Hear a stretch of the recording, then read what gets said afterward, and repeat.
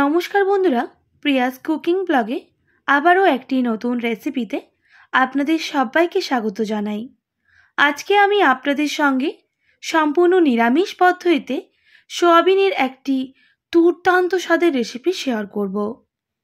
যারা সোয়াবিন খেতে পছন্দ করে না তারাও কিন্তু চেয়ে চেয়ে খাবে, এতটাই টেস্টি হয়। আমি এখানে প্রায় 250 গ্রামের মতো ছোট সাইজের সোয়াবিন নিয়েছি। সোয়াবিনটা গরম জলের মধ্যে দিয়ে দিলাম, দিয়ে দেব পরিমাণ মতো লবণ। এবার একটু নাড়াচাড়া করে নেওয়ার পর প্রায় 2 থেকে 3 মিনিট সোয়াবিনটাকে ফুটিয়ে নিতে হবে। তো দেখুন বন্ধুরা, সোয়াবিনটা কিন্তু ভালোভাবে সেদ্ধ হয়ে গেছে। এবার আমি নামিয়ে নিচ্ছি। আপনারা চাইলে গরম জলেও ভিজিয়ে রাখতে পারেন।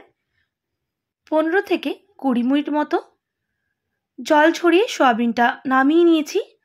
এবার জল পাল্টে 2 থেকে 3 বার খুব পরিষ্কার করে ধুয়ে নিতে হবে।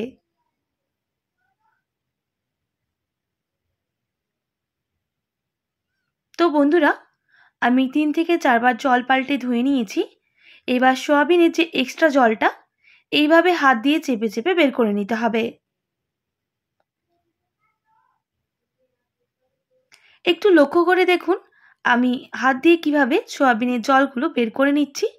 সোয়াবিনের মধ্যে কোনো রকম এক্সট্রা জল যাতে না থাকে, তাহলে রেসিপিটা একেবারেই ভালো হবে না। সমস্ত সোয়াবিনের জল ঝরিয়ে নিয়েছি। এবার একটা মিক্সিং জার নিয়ে নেব আর সোয়াবিনগুলো দিয়ে দেব।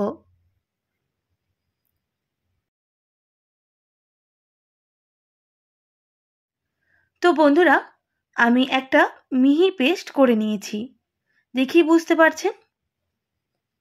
এরপর একটা পাত্রের মধ্যে নিয়ে নিতে হবে।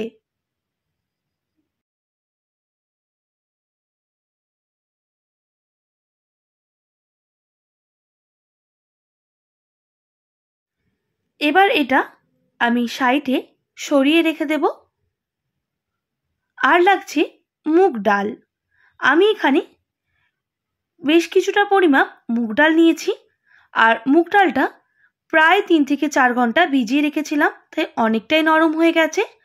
আর 3 থেকে 4 বার জল পাল্টে পরিষ্কার করে ধুয়ে নিয়েছি। এটাও আমি মিক্সিং জারের মধ্যে দিয়ে বেটে নেব। তো বন্ধুরা, এখানে চাইলে আপনারা ছোলার ডাল কিংবা মুসুরির ডাল কিংবা বেসন দিয়েও রেসিপিটা করে নিতে পারেন। ডালটা আমি ফাইন পেস্ট করে নিয়েছি। আমি কিন্তু এখানে জলের ব্যবহারটা অনেকটাই কম করেছি, না হলে সোয়াবিনের বলগুলো একেবারেই রেডি হবে না। অবশ্যই একটু শক্ত করে বেটে নিতে হবে। এবার কিছু গুঁড়ো মশলা অ্যাড করব। দিয়ে দেব স্বাদ মতো লবণ, একদম সামান্য হলুদের গুঁড়ো, সামান্য জিরে গুঁড়ো, সামান্য ঝাল লঙ্কার গুঁড়ো। অবশ্যই ঝালটা আপনারা কম বেশি করে নেবেন। আর সঙ্গে দিয়ে দিতে হবে গরম মশলা। এবার সমস্ত উপকরণ খুব ভালোভাবে মিক্স করে নিতে হবে।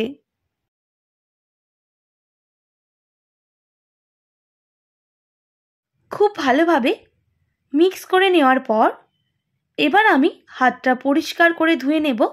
আর সামান্য সাদা তেল হাতে মেখে নিতে হবে। আর এইভাবে চামচ দিয়ে মেপে মেপে একটা গোল বলের মতো তৈরি করে নিতে হবে। তো বন্ধুরা, একটা রেডি করে নিয়েছি। একইভাবে আরেকটাও রেডি করে আপনাদের দেখিয়ে দিচ্ছি। অবশ্যই কিন্তু একটু ডালটা শক্ত করে বেটে নিতে হবে। আর সোয়াবিনের মধ্যে যাতে কোনো রকম জল না থেকে থাকে, না হলে কিন্তু এই রকম গোল বল হবে না, অনেকটাই পাতলা হয়ে যাবে। আপনারা চাইলে এখানে বেসনেরও ব্যবহার করতে পারেন, আমি আর বেসনটা অ্যাড করলাম না। সব বলগুলো রেডি করে নিয়েছি। তো দেখেই বুঝতে পারছেন আমি কিন্তু খুব বেশি বড় বড় করিনি, তাহলে ভাজার সময় ভেতরটা ভালোভাবে ভাজা হবে না। একটা কড়াই বসিয়ে দেব আর দিয়ে দেব বেশ অনেকটাই পরিমাপ সাদা তেল। তেলটা খুব ভালোভাবে গরম হয়ে গেলে আমি যেই বলগুলো রেডি করে রেখেছিলাম সেই বলগুলো দিয়ে দিতে হবে। আর গ্যাসের ফ্লেমটা দেওয়ার সময় হাই রাখবো। দেওয়ার কিছুক্ষণ পর মিডিয়ামে করে দেব। উল্টে পাল্টে বেশ ভালো করে ভেজে নিতে হবে। তাহলে ভেতরটাও খুব ভালোভাবে ভাজা হবে।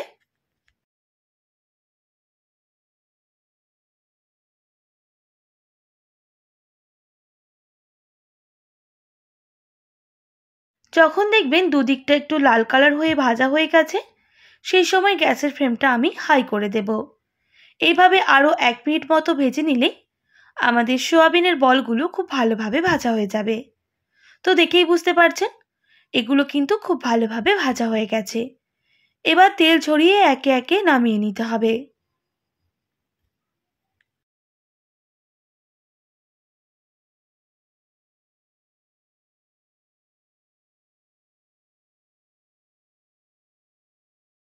দ্বিতীয় ব্যাচে যে সোয়াবিনের বলগুলো রয়ে গেছিল সেগুলোকেও ভেজে নিতে হবে। তো বন্ধুরা, আজকে বুঝতেই পারছেন আমি রেসিপিটা কি বানাচ্ছি। হ্যাঁ বন্ধুরা, আজকে আমি বানাচ্ছি সোয়াবিনের কোপ্তা কারি। তো বলগুলো ভাজা হয়ে গেছে, আমি নামিয়ে নিলাম। কতটা সুন্দর হয়েছে দেখেই বুঝতে পারছেন, আর অনেকটাই কিন্তু নরম হয়েছিল। এবার ওই তেলের মধ্যে থেকে কিছুটা তেল আমি তুলে রেখে দিয়েছি, কারণ আমাদের অতটা তেল প্রয়োজন নেই। এবার ওই তেলের মধ্যে দিয়ে দেব 2টো লবঙ্গ, একটা এলাচ, সামান্য দারুচিনি, সঙ্গে একটা তেজপাতা আর শুকনো লঙ্কা। গরম মশলাগুলো খুব ভালোভাবে ভাজা হয়ে গেলে দিয়ে দেব গোটা জিরা, সঙ্গে দিয়ে দেব সামান্য পরিমাপ হিং। যখন গোটা গরম মশলাগুলো ভাজা হয়ে যাবে সেই সময় হিংটা দিয়ে দিতে হবে। আর দিয়ে দেব আদা বাটা, সঙ্গে সামান্য হলুদের গুঁড়ো মিক্স করে নিয়েছি, তাতে আদাটা গায়ে ছিটকে পড়বে না। তো বন্ধুরা দেখুন, আমি কিন্তু আদাটা খুব ভালো করে ভেজে নেব। খুব একটা কিন্তু গায়ে ছিটকে পড়ছে না। আদাটা ভাজা হয়ে গেলে দিয়ে দেব একটা বড় সাইজের টমেটো কুচি। টমেটোটা আদার সাথে খুব ভালোভাবে ভেজে নিতে হবে, যতক্ষণ না টমেটোটা একটু নরম হয়ে আসছে।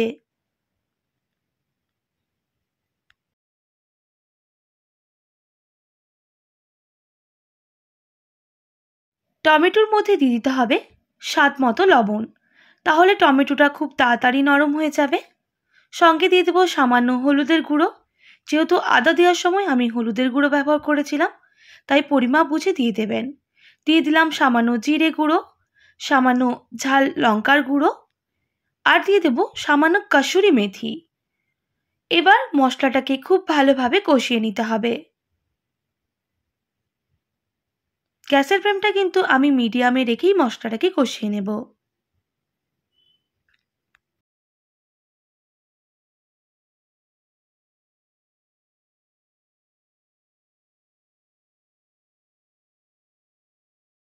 মশলাটা যাতে খুব ভালোভাবে কষানো হয় তার জন্য দিয়ে দিতে হবে সামান্য জল।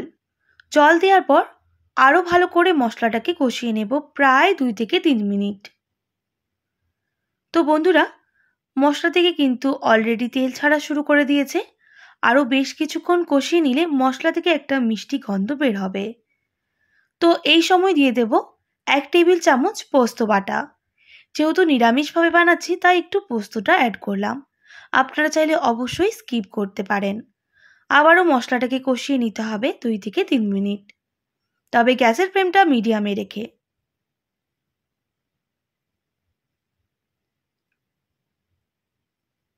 বেশ কিছুক্ষণ মশলাটাকে কষিয়ে নিয়েছি, আর মশলা থেকে তেল ছাড়াও শুরু করে দিয়েছে, দেখেই বুঝতে পারছেন। এবার কিন্তু আমি এখানে জল অ্যাড করব।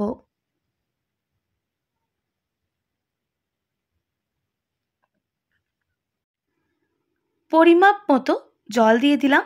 অবশ্যই আপনারা আপনাদের পরিমাপ বুঝে জলটা দিয়ে দেবেন, যে হিসেবে ঝোলটা আপনারা রাখবেন। এবার জলটাকে খুব ভালোভাবে ফুটিয়ে নিতে হবে মশলার সাথে।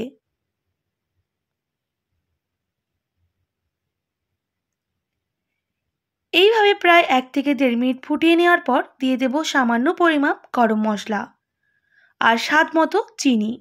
স্বাদটা ব্যালেন্স করার জন্য চিনিটা অবশ্যই ব্যবহার করতে হবে, যেহেতু অনেকটাই পরিমাপ টমেটোর ব্যবহার করেছি।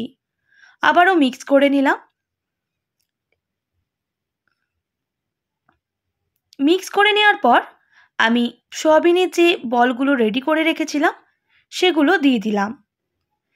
আবারও ভালো করে মিক্স করে নিতে হবে।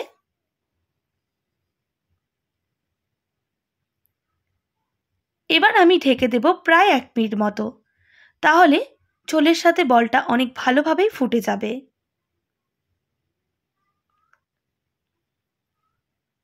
তো বন্ধুরা, প্রায় 1 মিনিট মতো ফুটিয়ে নিয়েছি, আবারও নাড়াচাড়া করে নিচ্ছি। তো বন্ধুরা, রেসিপি কিন্তু একেবারে রেডি।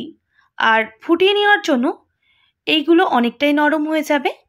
এবার গ্যাসের ফ্লেমটা অফ করে নামিয়ে নিতে হবে, আর ফোটানোর প্রয়োজন নেই।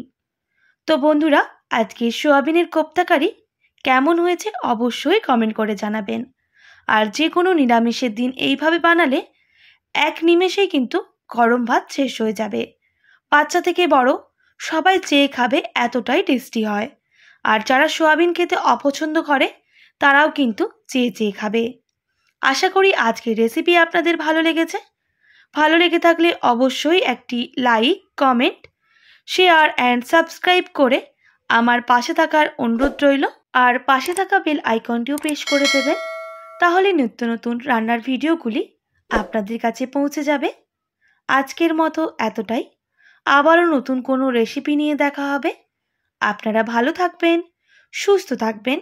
আর এতক্ষণ আমার সঙ্গে থাকার জন্য অনেক ধন্যবাদ আপনাদের সবাইকে।